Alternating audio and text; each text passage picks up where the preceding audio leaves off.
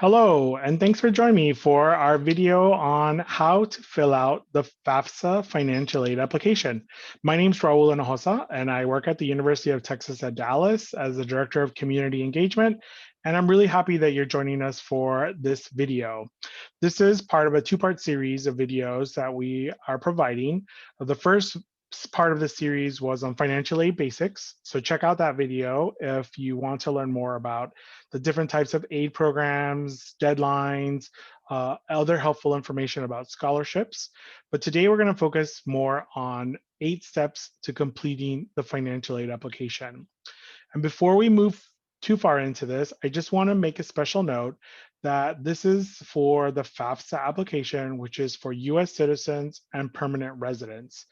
If you are a student who is undocumented or has deferred action for childhood arrivals or DACA, there are by law some types of aid programs that you qualify for and a different kind of application. So talk to your college counselor or contact the university or colleges where you want to attend to find out more about what your process is, right?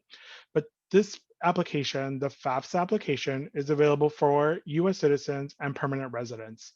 Let's get started.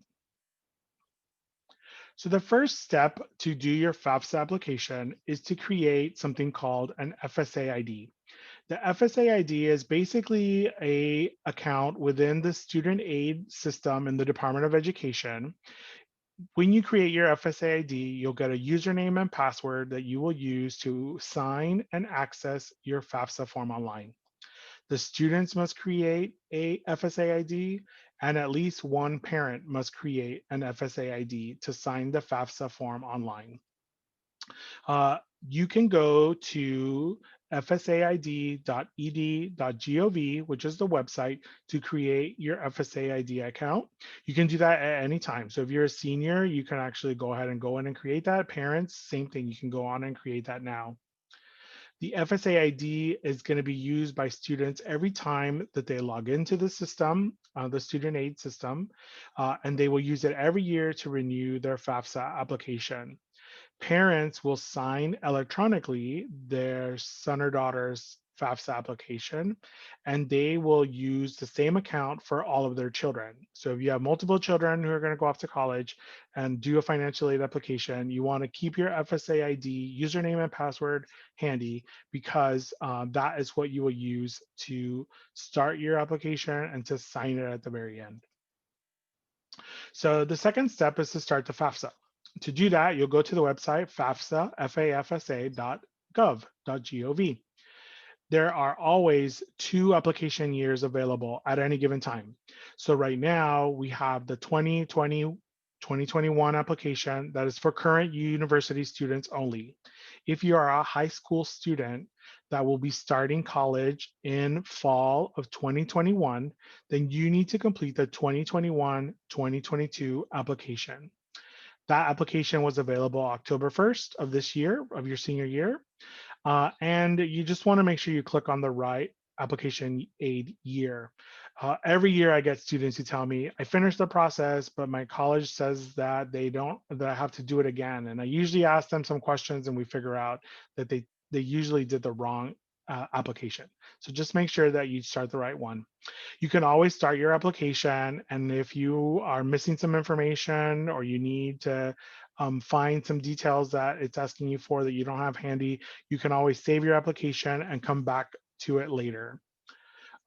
Don't ever wait till the last minute to apply. Financial aid programs are offered to students on a first come, first serve basis.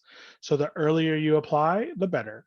So applications are available starting October 1st.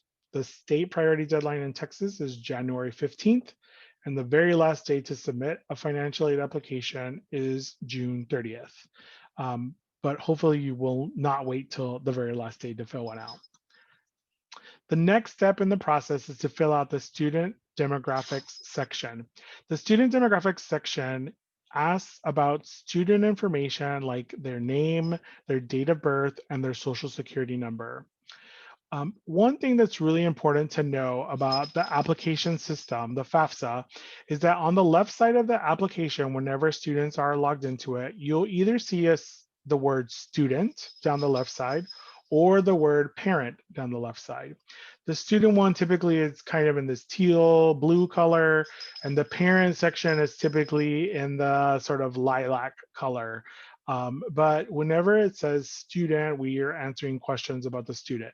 Whenever it says parent, we know we're answering questions about the parent for the FAFSA. Okay, so that's one really important thing.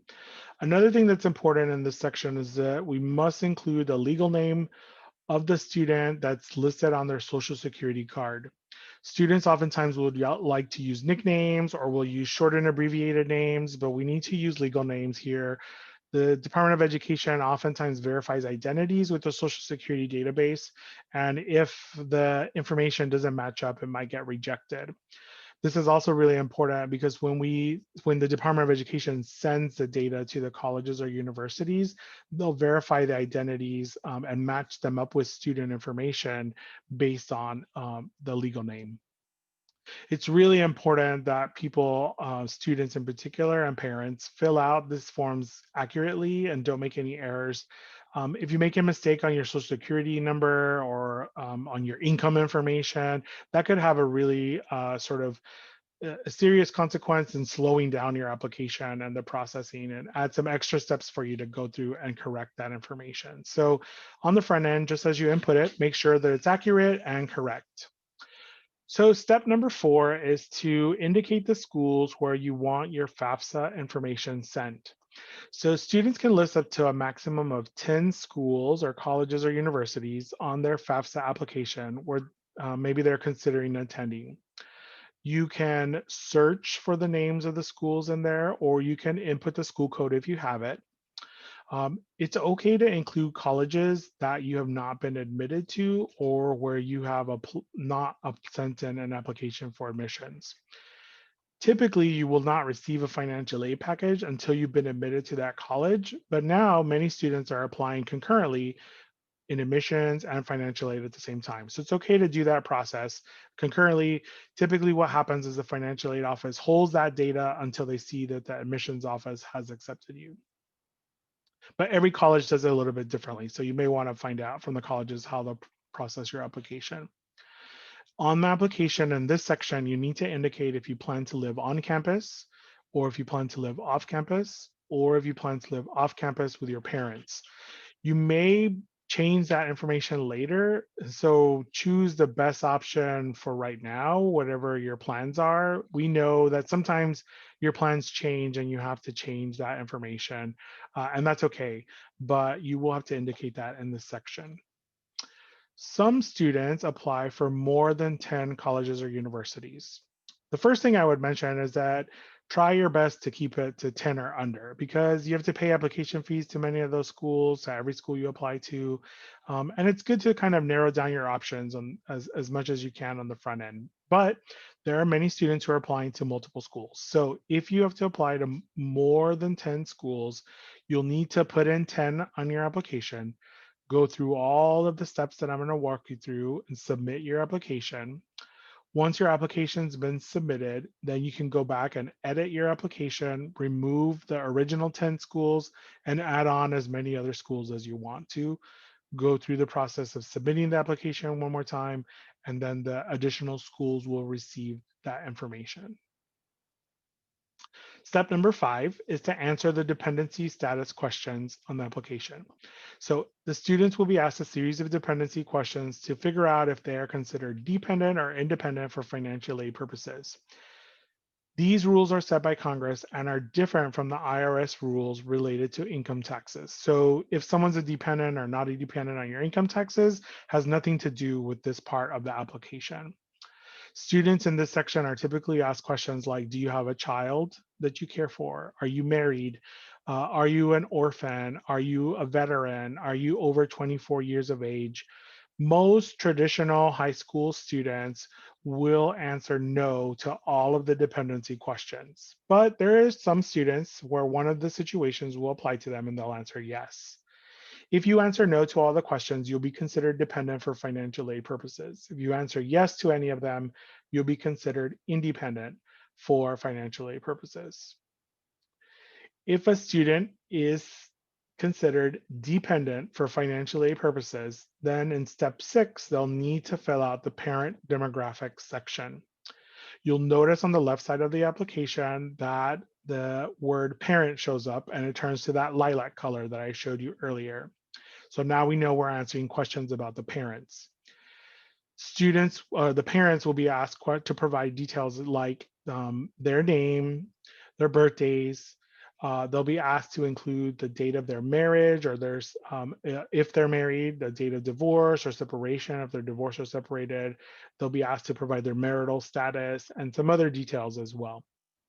Um, Students must determine who should be included as their parent on the FAFSA form if they have a situation where they're living with someone other than their biological parents, or if their parents are divorced or separated.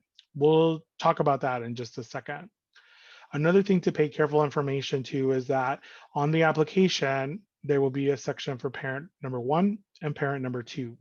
So just make sure that you consistently complete the rest of the application with information about parent number 1 all the way through and parent number 2 all the way through. This is sometimes an area where students and families will make errors. So just pay special attention to that part.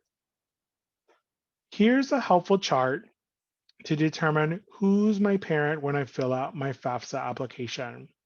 So if you have a situation where students are living with someone other than than their biological parent or their legal parent or guardian, or if their family is in a situation where their parents are divorced or separated, you can pause the video here to follow through this chart. It's also available on the studentaid.ed.gov website. Always consult with a university or college representative, with your high school, college, and career counselor, or call the Department of Education if you're unsure. We don't want you to put in information and then it be incorrect and we have to make changes later. So on the front end, it's better to verify this information if you have questions about it. Step 7 is to supply your financial information. So students and parents must provide their financial information in this section. If one or both of them filled out income taxes, then you need to include that information here. If a student did not complete income taxes or a parent did not complete income taxes, but you had income, you must report that income in this section. The IRS has set up a really helpful tool to help you transfer data from your income tax forms over to the FAFSA system because they're two separate systems. So there's something called the IRS Data Retrieval Tool, or DRT for short. So the IRS Data Retrieval Tool is really the easiest way to fill out this section and to avoid errors. When you go to this section, it will ask you, do you plan to file taxes? And you can select, I have already filed, I will file, or I do not plan to file. If you select, I have already filed, then you will probably be given the option to use the DRT, or the data retrieval tool. There's a link to the IRS there, so you'll click on that. It'll take you to the IRS system. And the IRS system will ask you for some information to verify the identity of the applicant, whether it's the student or the parent, depending on if you're transferring student income tax data or parent income tax data. I always recommend that students have a copy of the income tax return with them when they do the data retrieval tool, so that you can input the data into that form exactly like it's printed on your income tax form or your income tax return. Putting the address exactly the way it is, putting your name exactly the way it is, will really help minimize any problems that you experience with this website. Once your identity is verified on the IRS data retrieval tool, then it'll give you the option to transfer your data to the FAFSA. You click OK and authorize that. It'll take you back to your FAFSA, and this section will be completed. There'll be a couple of places where you have to add in some additional information, but basically the majority of the data will be transferred over. If for some reason you can't use DRT, or you haven't filed your taxes, or it's not available on the DRT, you can always manually enter the information from your income tax returns. So you'll go ahead and do this. It'll tell you there's always some help on the page to tell you what line to fill in from the income tax return onto that section of the FAFSA. So follow that really carefully and put in the information. Here again, it's important to be accurate. Adding on another $100,000 to your income could really hurt your eligibility for financial aid, or making mistakes on some of the answers there could impact whether you get selected for verification for your application. So just be really careful as you fill this out if you have to do it manually. And the last step is to sign and submit your FAFSA. So here, students and parents can sign electronically using the FSA ID that you created in step one. So you'll sign your FAFSA, you'll sign with your FSA ID and accept the terms and conditions of the application. The student does it, and then the parent does it with their FSA ID, and then you can submit your application to the Department of Education, and then you're done. So there are some there are some parents who are not eligible to receive an FSA ID. And there are some families who choose not to sign electronically the application.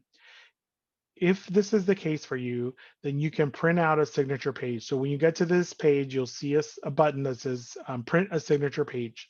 So click on that, have access to a printer and print it out, sign the document, and mail it to the address on the actual signature page. The FAFSA application will remain pending until they receive this signature page and process it. So it's really important that you send it as soon as possible to avoid any delays in your application. Or if you have the option to sign electronically, you should do that to speed it up. Once your application is submitted, the student will receive an email that has a confirmation page. It has a summary of the information you submitted on the FAFSA. It also has a preliminary EFC, or expected family contribution. This is the amount the federal government says that families should contribute to the students' educational expenses for the next year. There's also information, kind of an estimate of some of the aid programs a student may be eligible for. These are really just estimates. Financial aid offices at the universities will contact you with specific financial aid awards, but that kind of gives you a ballpark idea of what you may be eligible for. Students can go back to their FAFSA application using their FSA ID. So all of their aid applications will be saved here. If you need to make corrections, if you need to add more schools, or when it's time to do a renewal, you'll go back to this system at fafsa.gov, log in with your FSA ID, and have access to all that information there. So if you have any questions, don't hesitate to reach out to me. You can always call me or send me an email. I've also included our department's website if you want to learn more about the work that we do at UT Dallas. You can contact me if you have questions about these processes, regardless of whether you're coming to UTD or not. So I'm happy to help connect you to perhaps colleagues that I have at other institutions who may be able to answer your questions. I also want to do a plug for the Department of Education. They provided a lot of help online as well. So under their website at studentaid.ed.gov, you can find additional instructions and support for the FAFSA. You can find great explanations of different financial aid policies and financial aid programs. And you can also just find out the latest about any changes to the applications or the processing of aid applications.